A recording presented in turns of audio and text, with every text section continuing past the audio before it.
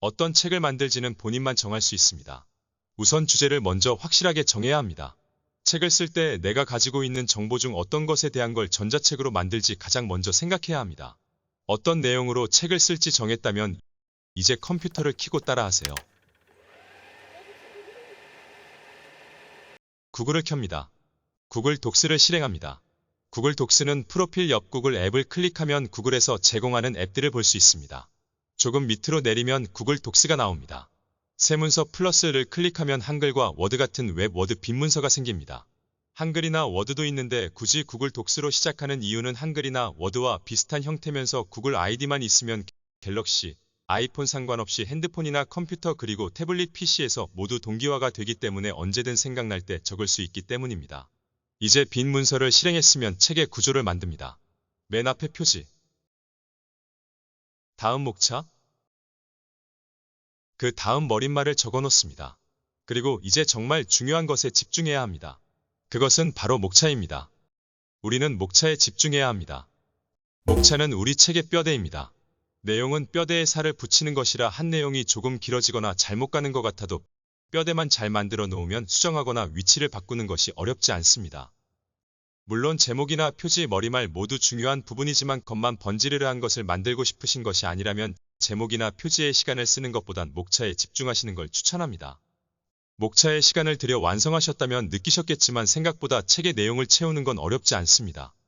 뼈대에 살을 붙이듯 천천히 내용을 추가하고 잘라내면 됩니다. 이 부분은 본인이 저자이기 때문에 남의 도움을 받을 수 없는 부분입니다. 여기서부터는 자신만의 책 만들기에 돌입합니다.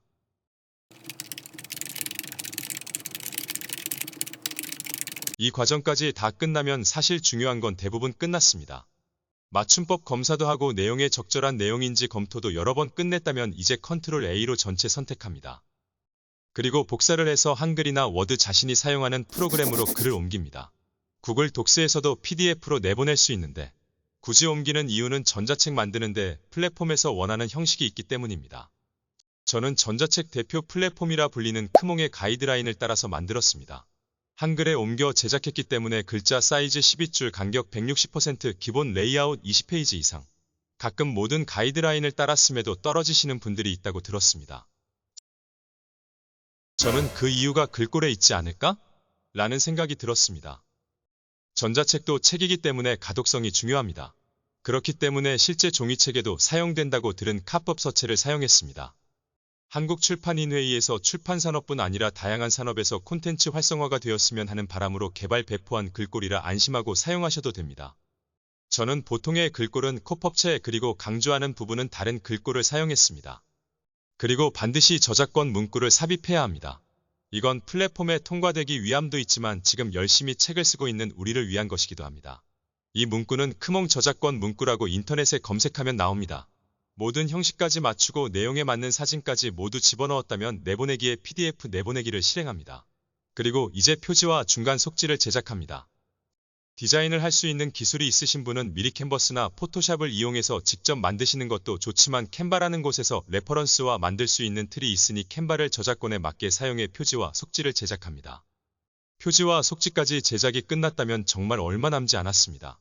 제작한 PDF를 한 PDF와 어도비 애크로벳 중 편한 프로그램을 사용합니다. PDF로 저장한 전자책을 불러와서 표지와 속지를 알맞은 위치에 넣어줍니다. 이제 모두 끝났다고 생각하실 수 있지만 아직 중요한 게 하나 남았습니다. 전자책은 플랫폼에서 보안을 책임져 줄 수 없습니다. 플랫폼은 단지 우리의 전자책을 받아서 판매를 도와줍니다. 물론 우리의 전자책이 큰 수익을 담당하고 있다면 마케팅부터 보안까지 더 신경 써주겠지만 시작하는 단계에서는 기대하기 어렵습니다. 그래서 우리의 지식은 우리가 보호해야 합니다. 전자책에 워터마크를 넣어 누가 저자인지 알리는 작업과 보안을 사용해 우리의 창작물을 변경할 수 없게 암호화하면 구매자는 변경되지 않는 내용이라 안심하며 볼 수 있고 우리는 우리의 저작권이 지켜질 수 있습니다. 이렇게 전자책을 완성하면 끝이라고 말하면 정말 좋지만 아직 모두 끝나지 않았습니다. 우리는 전자책은 완성했지만 플랫폼에 심사받을 준비는 되지 않았습니다. 우선 크몽은 전자책 미리 보기가 있으니 우리가 만든 전자책을 예비 독자들에게 보여줘야 합니다. 그래서 PDF에서 이미지로 내보내기를 합니다. 다음은 전자책을 설명할 수 있는 상세 페이지를 제작합니다. 마지막으로 우리의 책이 어떤 책인지 서비스 설명에 대한 글을 씁니다.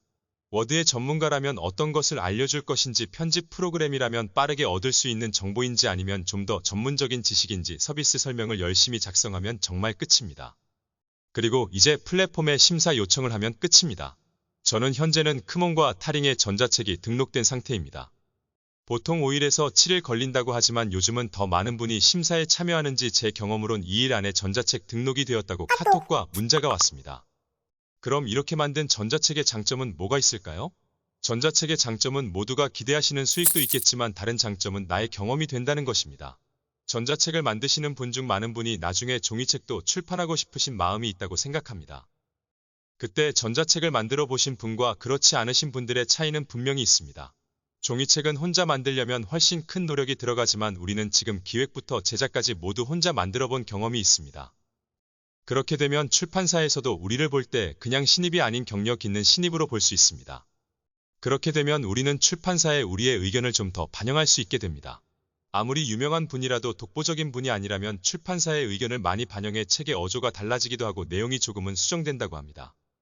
하지만 우리가 경험이 있다면 이런 일이 조금은 줄어들 수 있게 될 것입니다.